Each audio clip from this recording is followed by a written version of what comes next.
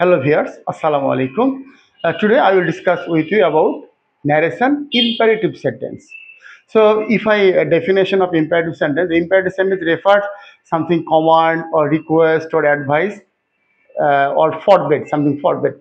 So if I want to say the structure of imperative sentence, at first you have to write subject, then order, or advised, or requested, or forbid.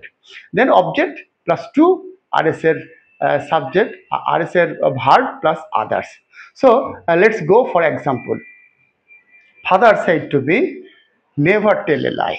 So, never tell a lie is a negative imperative sentence. This sentence refers something negative.